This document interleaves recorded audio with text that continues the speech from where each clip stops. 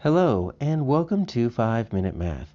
Today we are looking at the Algebra 1 concept of writing inequalities, specifically how we can write them from graphs. We'll do it in 5 minutes or less. So we have an inequality here. It's not an equation, but we're going to start thinking of our slope-intercept form because we need to find the slope of this inequality. Then we'll transfer it into just a basic inequality here. But remember, our slope is going to be our change in y over the change in x, the rise over run.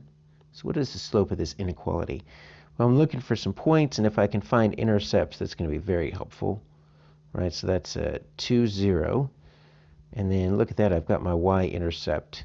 It's going to be very helpful because now I don't need to solve for b on its own. So I'm going to make that x1 and y1, x2 and y2. So we're going to treat this like it's slope-intercept form until we need to replace that equal sign with an inequality. So that's going to be 0 minus 4, and that's 2 minus 0. All right, so negative 4 over 2.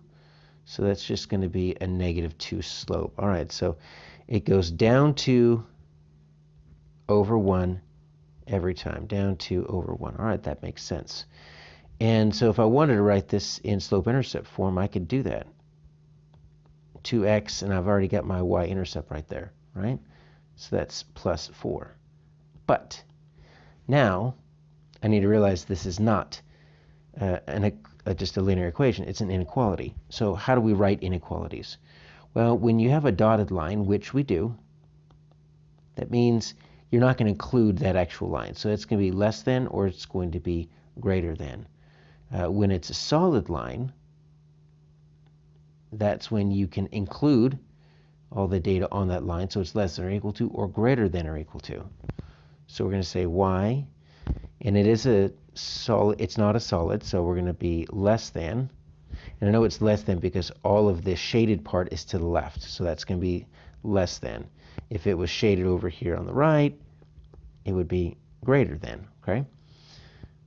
Negative 2x plus 4. If I wanted to write that in the slope-intercept form, I would do it like that. A lot of times we end up writing it like the standard form, right? So that's the ax plus by equals c.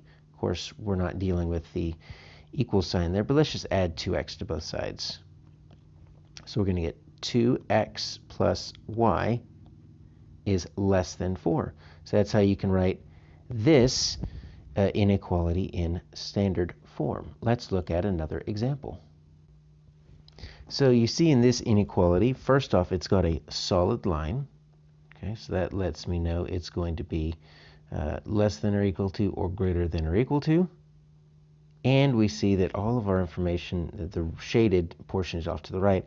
So it is going to be a greater than or equal to. All right, so we can at least know that.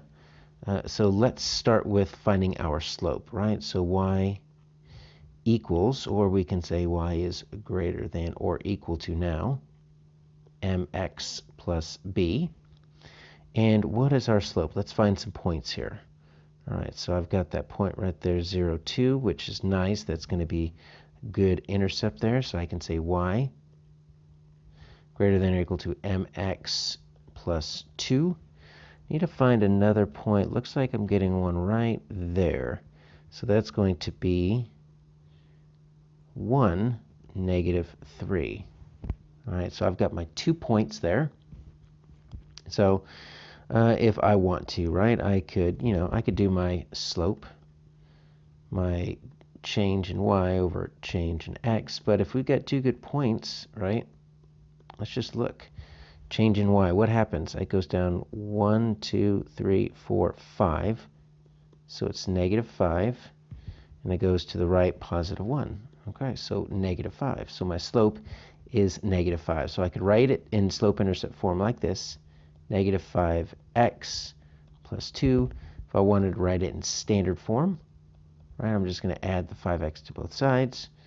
And I could say this, 5x plus y is greater than or equal to that positive 2. That's how we can write the inequality in that standard form.